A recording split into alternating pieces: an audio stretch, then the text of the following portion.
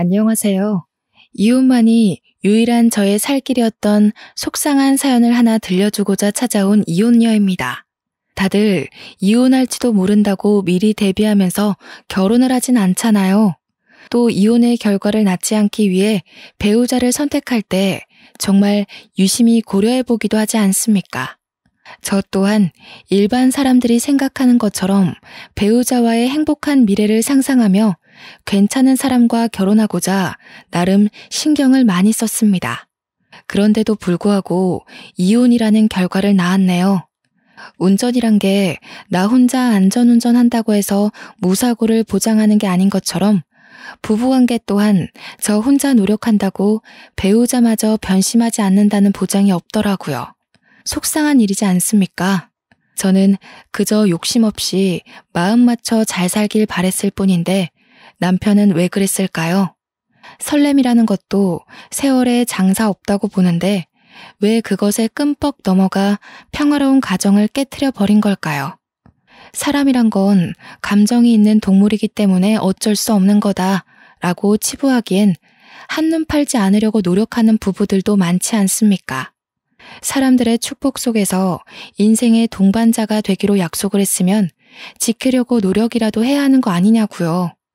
제 이야기가 남들에게는 흔한 소재일 수 있겠으나 저에겐 깊게 새겨진 유일한 상처라서 현명한 대처를 못했을지 모릅니다.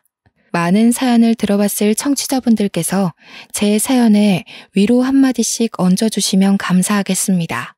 저에게는 순진하고 여자에 대해 아무것도 모르는 모태솔로 남편이 있습니다.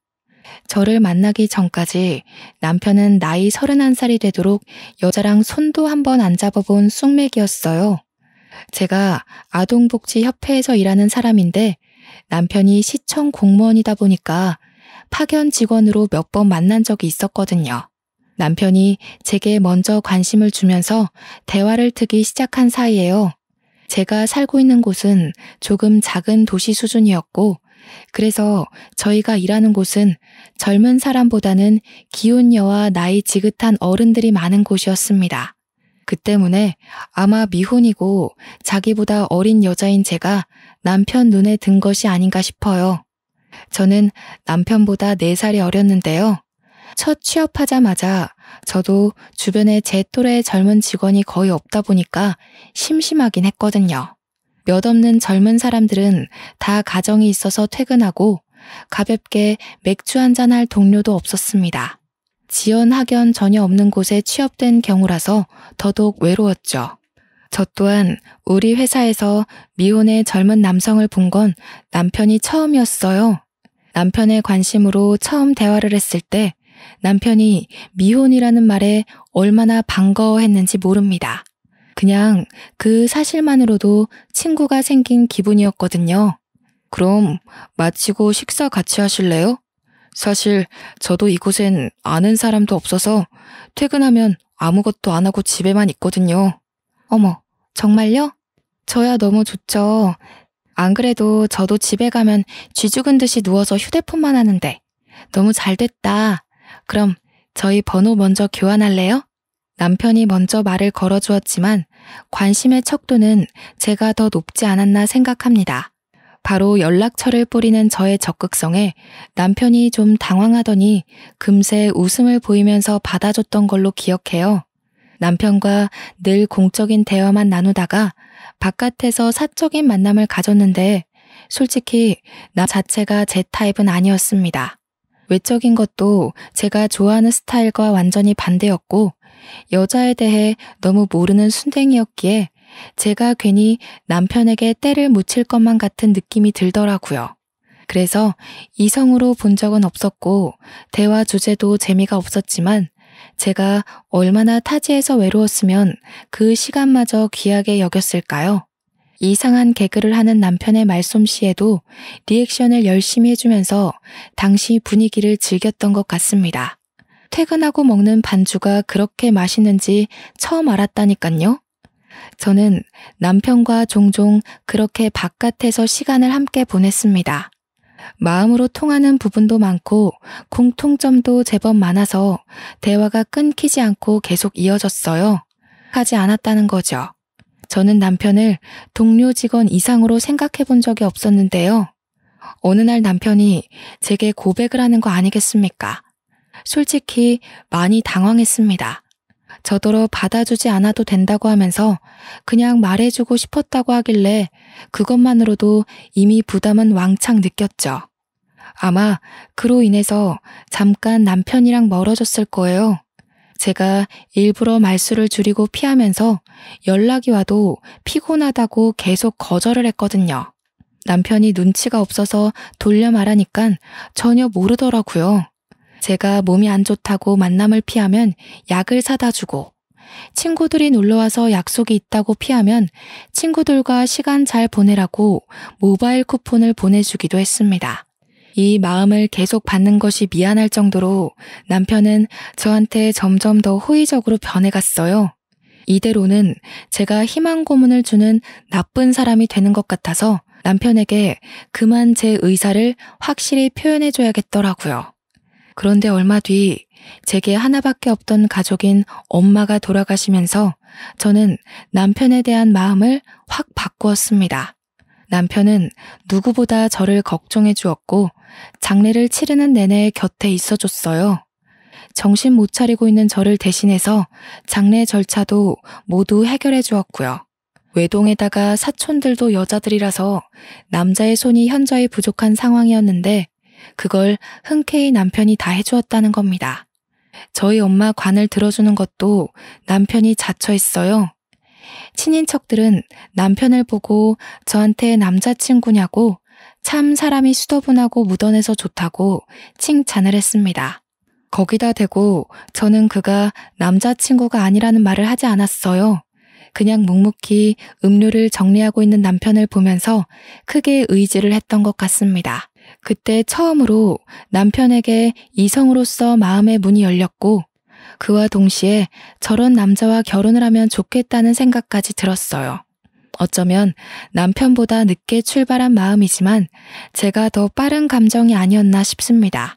장례를 마치고 저는 남편에게 식사 대접을 거하게 했습니다. 어디 식당에서 사준 것이 아닌 저희 집으로 초대해서요. 와, 이 한희 씨가 한 거예요? 한희 씨는 얼굴도 마음도 참 예쁘신데 요리까지 잘하시네요. 어쩜 그렇게 다 가지셨대요? 한희 씨 만나는 남자는 분명 복 받을 겁니다. 그래요? 대영 씨가 저희 엄마 위해서 고생해준 거에 비하면 비루하죠. 그래도 늘 저를 좋게 봐줘서 고마워요. 그래서 말인데 대영 씨가 그 복 한번 받아보시겠어요? 제가 돌려서 고백을 한 탓인지 남편이 잘 못 알아듣더군요. 그래서 우리 한번 만나보자고 직설적으로 얘기를 해줬더니 그제서야 깜짝 놀라대요. 그날 저는 남편이 그렇게 크게 리액션을 할 줄 아는 사람이란 걸 처음 알았습니다. 남편은 연애하면서 제게 정말 잘했어요. 이건 서로 주고받는 사랑이 아니라 완전 헌신이라 해도 되었을 정도로 저를 공주처럼 대해줬고 밥을 먹어도 어디를 가도 항상 자기보다 저를 우선해 두었습니다. 그런 마음 때문에 아마 제가 더 빨리 결혼에 대한 마음을 확신하지 않았나 싶네요. 결혼에 대해 정식으로 생각해 봤을 때가 딱 30살이었는데요. 주위에서도 친구들이 다 결혼을 하고 애 낳고 사는 걸 보다 보니 저도 자연스레 남편과의 미래를 그만 결정지어야 될 것 같다고 느끼게 되더군요. 결혼을 한다면 꼭 남편이랑 하고 싶었을 정도로 저는 다른 이성에 대한 가능성을 두지 않았습니다. 그래서 제가 먼저 남편한테 결혼 얘기를 슬쩍 했어요. 그랬더니 이번에도 역시 남편이 큰 리액션과 함께 먼저 말해줘서 고맙다고 하는 거 아니겠습니까? 아니, 너가 나한테 너무 과분한 사람이라서 감히 결혼 욕심을 못 냈는데 정말 고마워. 내가 평생 잘할게. 하늘에 계신 장인 장모님께 절대 못난 모습 안 보이도록 노력하는 남편이 될 거야. 남편은 며칠 뒤 제게 정식으로 프로포즈를 했고 저희는 그렇게 시댁으로 결혼 인사갈 날짜를 잡았습니다. 시부모님은 자기 아들이 숙맥이라 평생 독거 생활을 할 줄 알았는데 이렇게 결혼할 여자를 데려왔다며 엄청 좋아하셨습니다. 저를 굉장히 귀한 손님으로 대우해 주었고 갈 때마다 매번 자기 아들 거둬줘서 고맙다고 했어요. 결혼 전부터 저는 이미 며느리 대접을 거하게 받았습니다. 그래서 저희는 식구 느낌 내기 위해서 결혼을 하고 시댁으로 합가를 하려고 했습니다. 그러나 결혼식을 올리자마자 남편이 서울로 발령이 나는 바람에 할 수 없이 분가로 시작할 수밖에 없죠. 거처를 옮겨 서울 변두리로 집을 구했고 저도 서울로 급하게 직장을 구했죠. 그렇게 소도시에서 대도시로 옮겨가 살게 되었습니다. 저도 남편도 각자 차가 있었지만 좋은 차가 아니라 그냥 무단한 세단이었어요. 직장 주변으로 집을 구했다고 하지만 아무리 그래도 서울 아닙니까? 걸어갈 수 있는 거리가 아니라서 무조건 차를 타야 했거든요. 이사 오고 한 반개월 정도는 당연히 그렇게 지냈는데 남편이 어느 순간부터 차를 안 타고 대중교통을 이용하기 시작한 거 아니겠어요? 힘들지 않아? 지하철로 가면 50분은 가야 되는데 일찍 일어나고 움직이는 거 안 피곤해?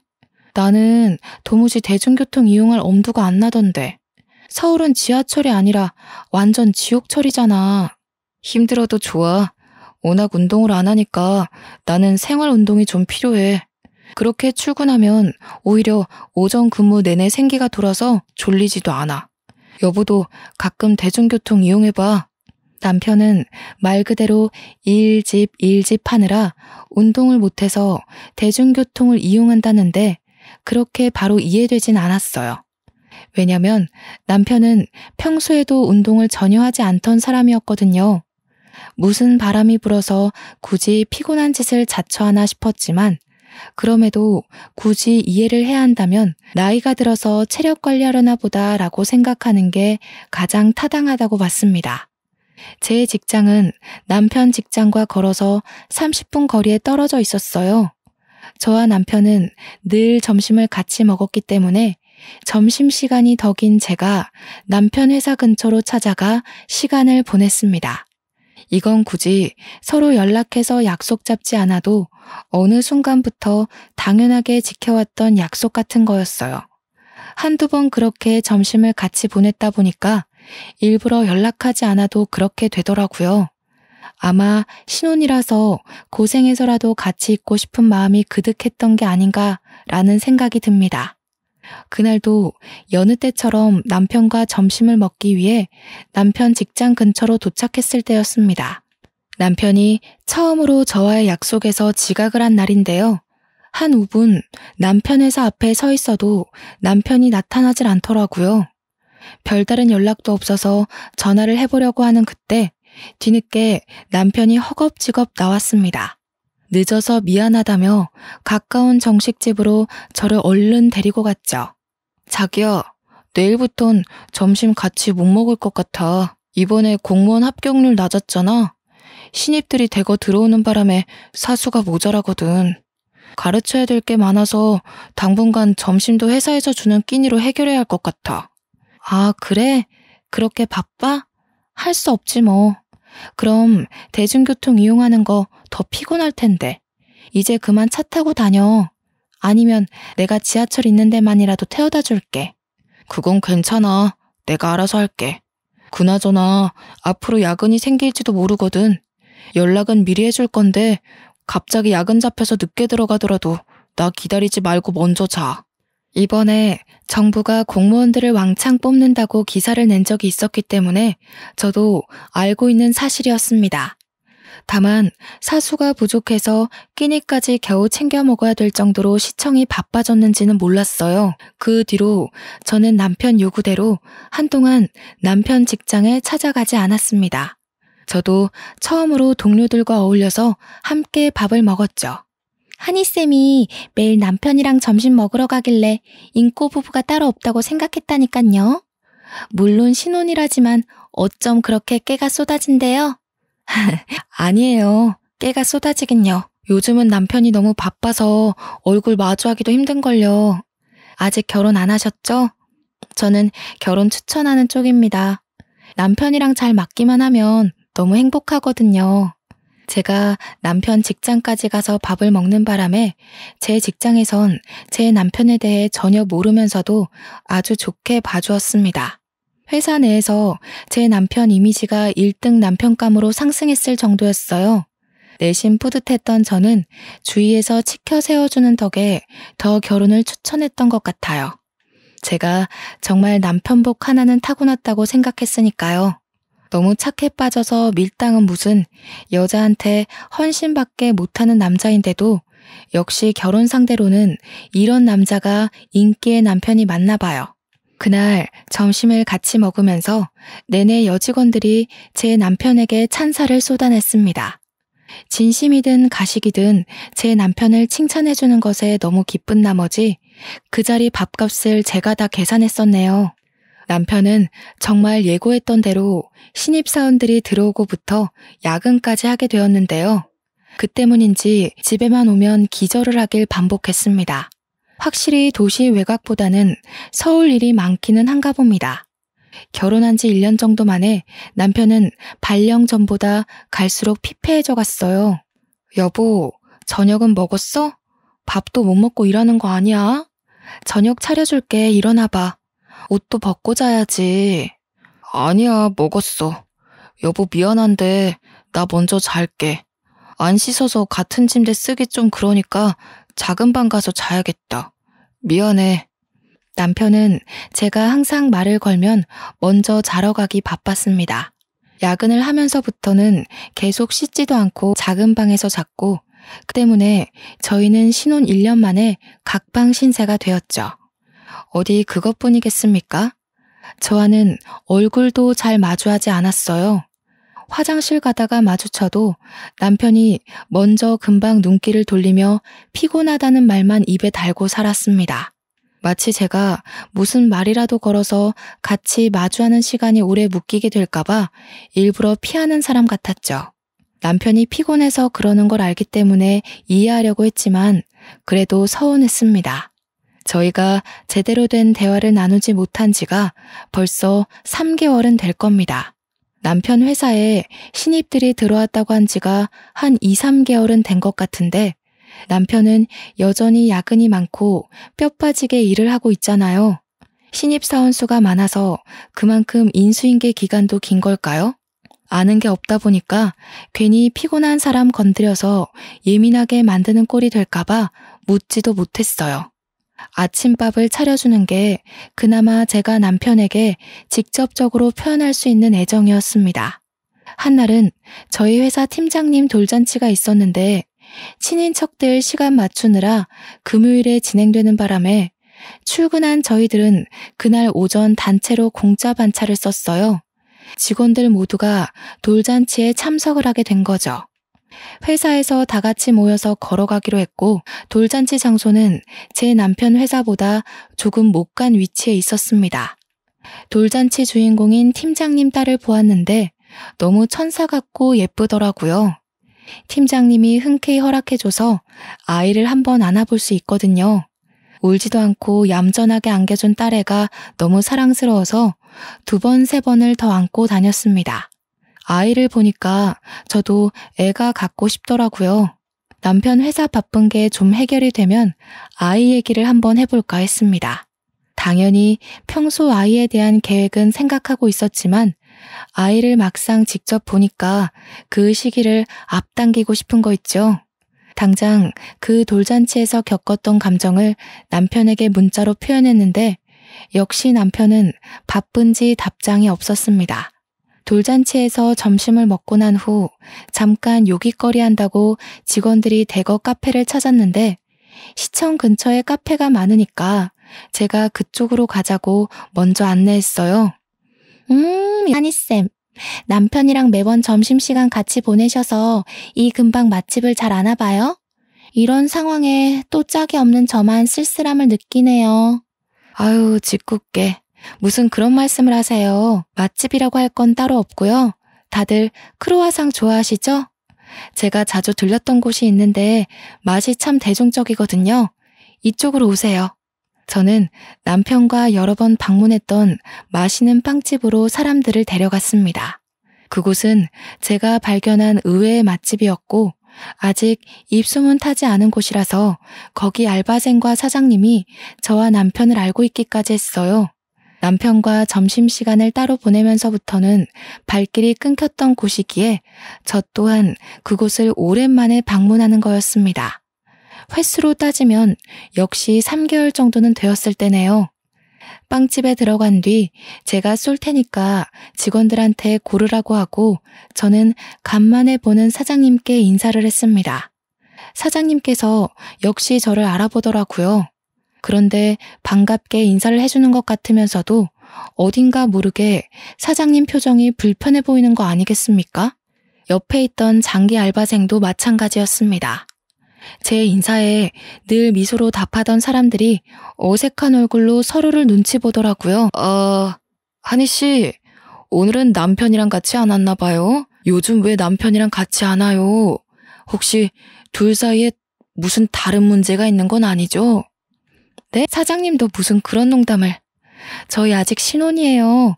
문제 생길 게 있을 리가요.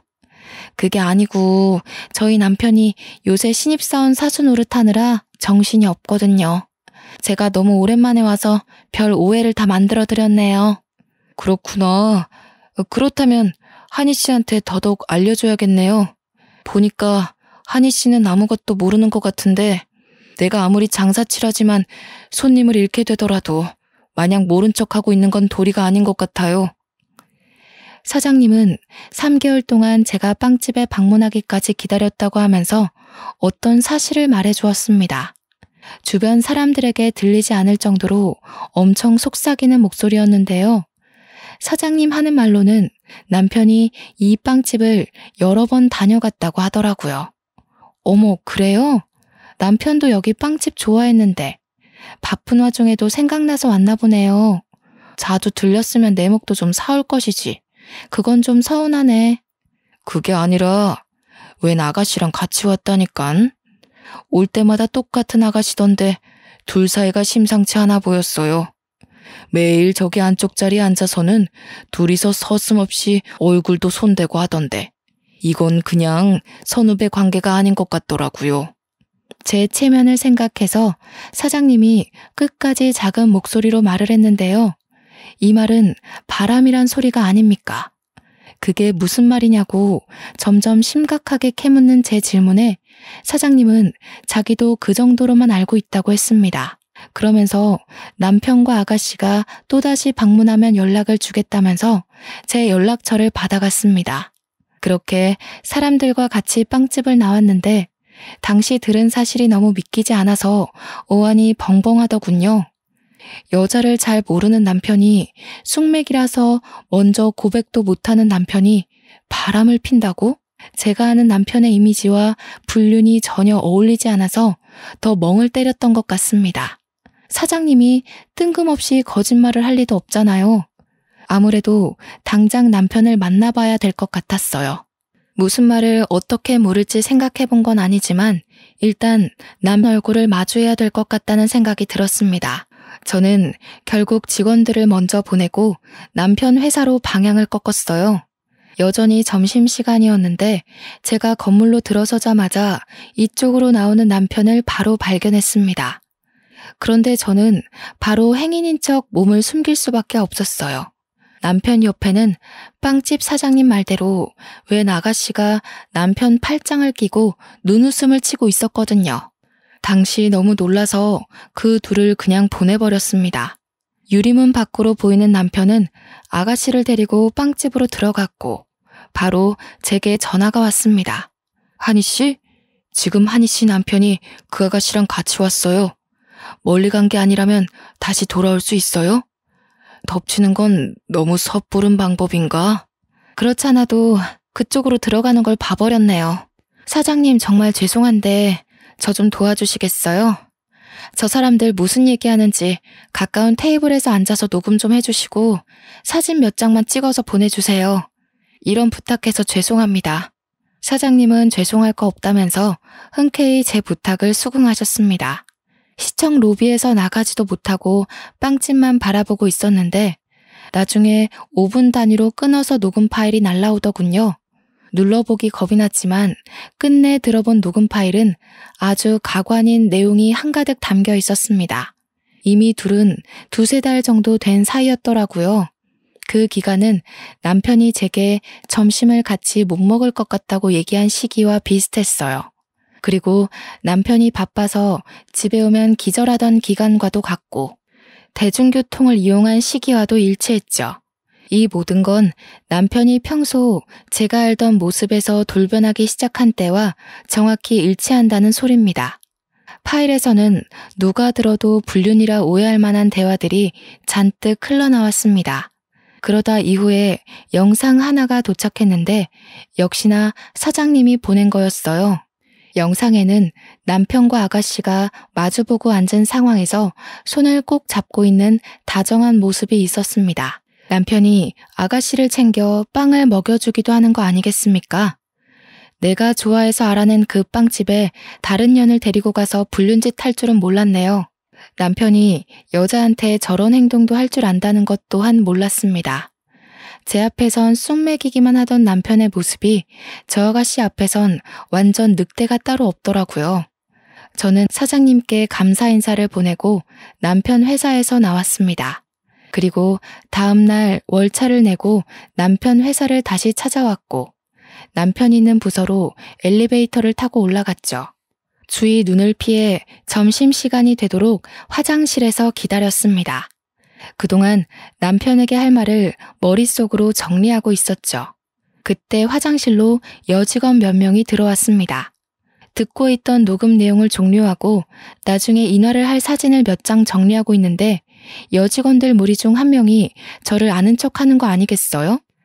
처음엔 몰라봤는데 그 여직원이 자기를 설명하는 순간 동기라는 것이 떠올랐습니다.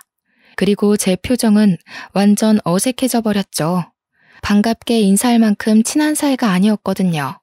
이 동기는 대학 다니다가 같은 동기들의 남자친구를 뺏었다는 이유로 소문이 쫙 나서 스스로 자퇴를 했던 친구입니다.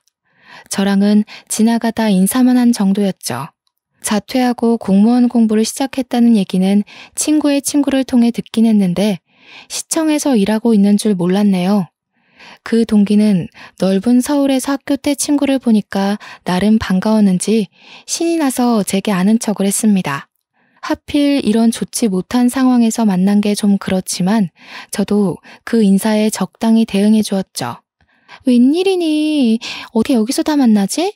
나 여기 꽤 길게 다녔는데 이제야 보네? 너도 여기서 일해? 이번에 신입사원으로 들어온 거야?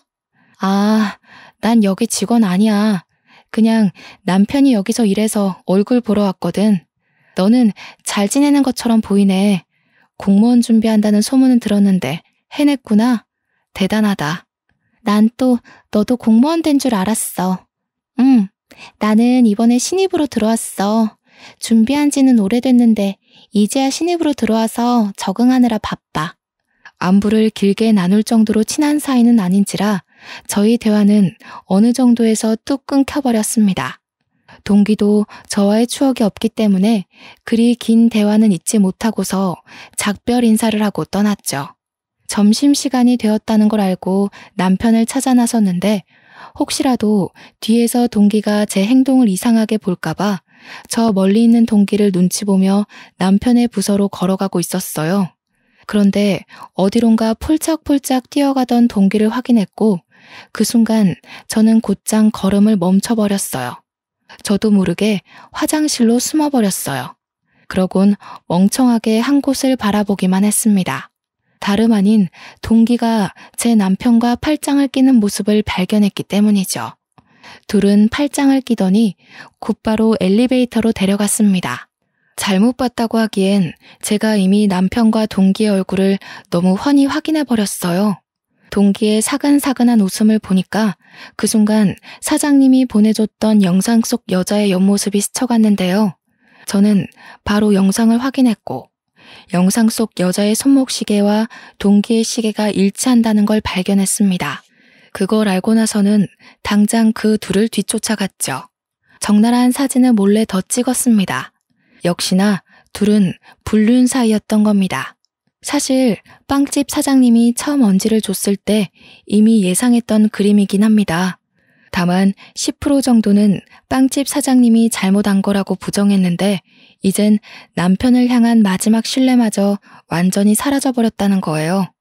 그 와중에 희한한 건 여기 공직 사람들은 대놓고 불륜을 저지르고 있는 남편을 보고도 왜 가만 놔두는 거지? 싶었습니다. 그래서 무작정 남편 부서에 들어가서 남편의 동료로 보이는 분 잡고 물어보니까 다들 남편이 결혼한 줄 모르고 있는 실정이더군요. 황당했습니다. 남편의 기혼 사실을 아는 사람이 한 명도 없다는 건 남편이 서울로 발령 오면서부터 총각인 척 했다는 거 아니겠습니까? 그럼에도 제가 둘 앞에 바로 모습을 드러내지 않았던 건 이대로 허무하게 밝혀서 그 둘이 빠져나갈 구멍을 마련하도록 기회를 주는 게 싫었기 때문입니다. 그래서 더 머리를 굴렸습니다.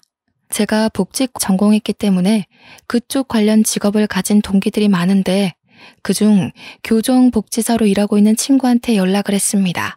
그 친구에게 이 사실을 알렸더니 상간녀를 기억하는 친구가 노발대발 화를 내며 적극적인 방법을 구색해 주더라고요. 친구는 교정시설에서 일하니까 사실 불륜보다 더 개념 없는 사람들을 볼 거 아닙니까? 교도소에는 주위에 깔린 사람들만 해도 다 법 관련, 범죄 관련 직업으로 판을 치고 있을 거고요. 그 중에는 당연히 검판사와 친분 있는 근무자들이 덜어 있을 겁니다. 게다가 제 친구 남편이 교도관이란 사실도 이미 알고 있는 정보였어요. 친구의 제안으로 저는 합의 이혼을 진행함과 동시에 끝까지 사이코 동기의 정체를 모른 척하는 걸로 작전을 짰습니다. 그리고 나서 친구가 말하기를 이혼을 한 뒤에 상간녀를 소송하라고 했어요. 법에 대해 잘 몰라서 친구 덕분에 처음 알게 된 건데 이혼하고도 상간녀를 소송할 수 있고 이혼한 뒤에는 민사가 아닌 가사소송으로 들어간다고 합니다. 사건이 이렇게 빠지게 되면 위자료도 더 높게 측정될 수 있다고 했어요. 변호사비가 2배로 들 수는 있대요. 하지만 친구가 그건 걱정하지 말라면서 변호사는 지인 찬스로 할인해 줄 테니까 자기가 시키는 대로 하라고 하더군요. 그래서 저는 친구를 믿고 그날 밤 집에 들어온 남편과 대화를 시도했습니다. 그때부턴 겁이 없어졌던 것 같아요. 친구 아니었다면 내내 벌벌 떨고 있었을지도 모르는데 당시 상황이 누가 봐도 제가 더 유리했거든요. 남편은 여느 때처럼 저와 대면하길 피하더라고요. 매번 같은 레퍼토리였고 또 피곤하다는 핑계로 바로 씻으려 했습니다. 당신 바람피지? 요즘 여자들이 참 예쁘장하고 자기 관리를 잘해서 큰 물에 있다 보면 눈이 돌아갈 만해. 그렇다고 신혼 1년 만에 그러는 건 좀 너무하지 않아? 제가 던지는 말에 남편이 화들짝 놀라서 그제야 제 얼굴을 마주봤습니다. 얼마 만에 제대로 보는 건지 황당해서 감격스럽더군요. 남편은 제 말에 가타부타 설명도 없이 무작정 길고 날며 아니라고 부정하기 시작했는데요. 저 말고는 만나본 여자가 없던 사람이다 보니까 부정행위를 숨기는 표정도 그렇게 티가 났지 뭡니까. 남편을 캐묻고 사실을 밝혀내는 데에 전혀 문제가 없을 정도로 이미 다 알아차려졌네요. 끝까지 모르는 척 하시겠다. 불륜을 저지르려면 연습이라도 좀 하고 시작하지 그랬어. 불륜도 꾼들이나 하는 짓이지. 당신 같은 어중이 떠중이들은 덜미가 잡히게 되어 있다고. 제가 영상과 녹음 증거를 남편에게 보여주고 빵집 사장님의 증언과 회사 찾아가서 찍었던 사진까지 밝히니까 결국 남편이 실토를 했습니다. 그렇다고 용서를 비는 건 아니었어요. 어줍잖게 다른 작전을 펼쳤습니다. 어디서 본 건 있는지 완전 뻔뻔하게 어깨를 더 활짝 펴더라고요. 잘 됐네. 그래서 당신 나랑 이혼하고 싶다는 거지? 그래, 나도 이혼하고 싶어. 솔직히 자기가 제일 예쁜 줄 알았는데 서울 오니까 자기보다 예쁜 사람 천지더라. 다가갈 용기 없는 나한테 예쁜 여자가 먼저 다가와 주는데 그걸 어느 남자가 거절해? 심지어 그 여자는 돈도 많아서 나한테 뚜껑 열리는 차도 사줬어. 대중교통 이용한다고 거짓말했던 게 다 이런 이유 때문이었구나 싶더라고요. 그것까진 몰랐는데 알아서 남편이 말해주니 더 어이가 없었습니다. 남편 성격을 알다 보니까 제가 이렇게 사실을 밝혀버리면 조금이라도 주눅이 들 줄 알았어요. 싹싹 빌면서 용서해달라고 할 줄 알았단 말이죠. 그런데 짧은 사이 일이 뻔뻔하게 변해버렸다는 건 그 동기가 남편에게 이래라 저래라 주입을 시킨 게 아닌가 싶기도 했습니다. 당황스럽긴 했지만 생각해보면 제 입장은 더 유리한 방향으로 흘러가고 있었어요. 남편이 동기에게 푹 빠지고 완전 길들여진다면 오히려 고맙죠. 왜냐면 동기 전혀 부자 아니거든요. 대학 때도 친구의 남자친구를 뺏은 이유가 전부 돈 때문이었습니다. 동기가 꼬셔낸 남자는 고등학생 막 졸업하자마자 스포츠카를 타고 다녔거든요. 그걸 보고 눈이 돌아버린 거죠. 잘 사는 집 아들 한번 잘 꼬셔서 인생 한번 펴보려고 친한 친구의 남자친구까지 작정하고 꼬셨던 겁니다. 저 동기는 남자를 고르는 기준이 못생기고 돈 많은 스타일이에요. 제 남편이 부자는 아니지만 젊은 나이에 빠른 승진을 했기 때문에 미래를 보면 앞으로도 계속 비전 있는 사람이었거든요. 아마 저 동기가 제 남편 수준 정도로 만족하는 이유는 자기 수준 또한 그렇게 막 뛰어나지 않기 때문일 겁니다. 동기가 저보다 예쁜 건 사실이지만 그렇다고 지나가는 사람 다 돌아볼 정도로 예쁜 건 또 아니었으니깐요. 그래봤자 불륜밖에 더 돼? 더러운 부정행위를 잘도 포장하네? 입 아프게 씨름하지 말고 깔끔히 정리하자. 당신 지금 그 여자랑 결혼하고 싶잖아. 내가 비켜줘야 그 여자랑 제대로 시작해보지 않겠어? 정말 이혼해주는 거야? 생각보다 시원하게 해결해주네. 당신이 꼬투리 안 잡아주고 바로 이혼해주면 나야 고맙지.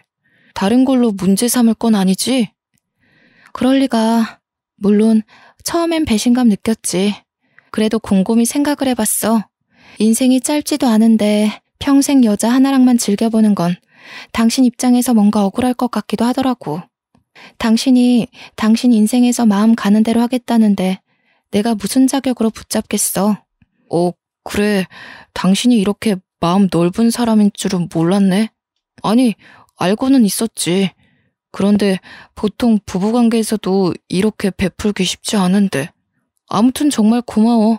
그렇잖아도 어떻게 말을 꺼내야 하나 고민 많이 했거든. 남편은 제가 너무 순순히 나오자 오히려 어리둥절해했습니다. 물론 그도 잠시였고 금세 저 몰래 베란다에 가서 동기와 통화를 하더군요. 얼마나 좋았으면 목소리 커진 줄도 모르고 하하호호 웃기까지 할까요? 가서 뒤통수를 한 대 쳐주고 싶었지만 괘씸한 남편의 코를 제대로 납작하게 만들기 위해선 참아야 했어요.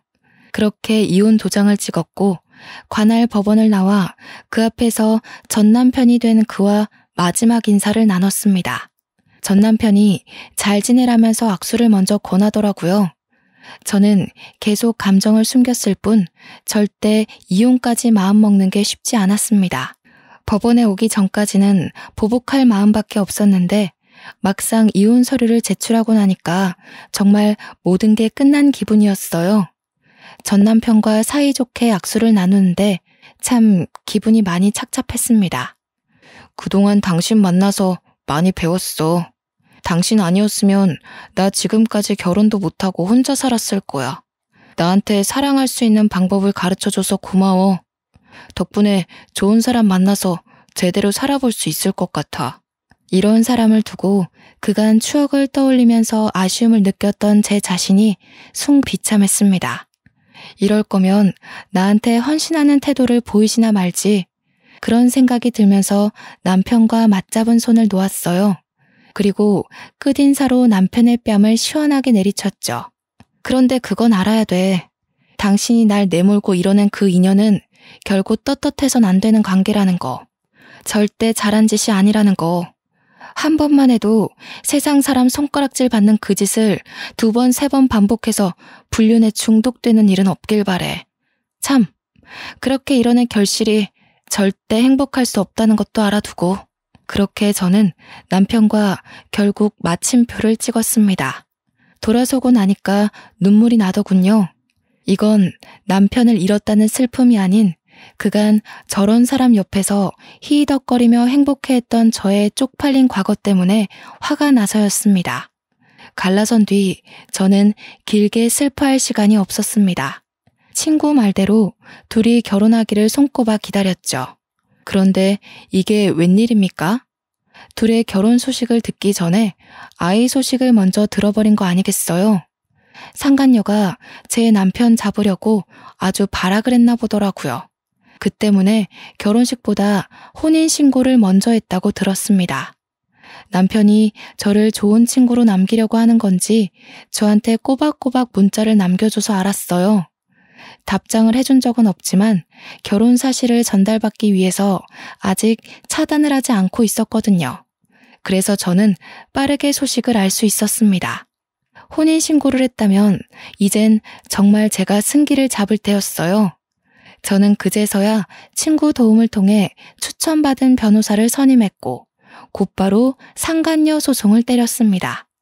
정확히 상간녀 쪽에서 소장을 받은 날에 남편한테서 전화가 왔는데요. 이혼하고 나서도 제게 문자만 했지 전화는 한 적 없는 사람이거든요. 그런데 얼마나 놀라고 마음이 급했으면 전화가 왔을까요? 당신 뭐야? 내가 받은 이거 상간녀 소송 맞아? 아니, 이게 어떻게 되는데? 우리 이혼했잖아. 그리고 이런 거 문제 삼지 않기로 하지 않았어? 사이좋게 이혼해놓고 왜 이래? 세상에 사이좋게 이혼하는 부부가 어딨니? 당신은 여자를 몰라도 너무 몰라. 뭐 그래도 당신이 내 말을 곧이곧대로 믿고 이혼 도장 찍는 덕분에 편하게 소송했어. 상간녀 소송은 법이 그렇대. 내 앞길에 빨간 줄 생긴 것도 억울한데 돈은 받아야지 않겠어? 당신까지 왜 이래? 안 그래도 와이프 때문에 골치 아픈데.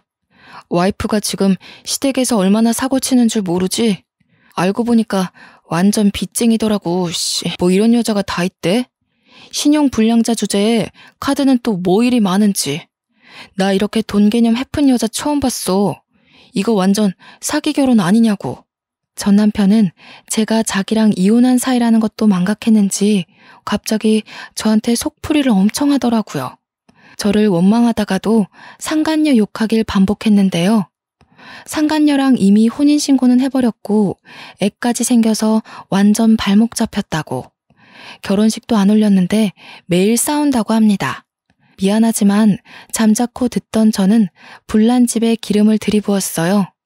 상간녀 실체를 까발리기에 때가 적당하다고 생각했거든요. 내 동기 중에 친구들 남친 뺏어 사귀는 성격 더러운 여자애가 하나 있었거든.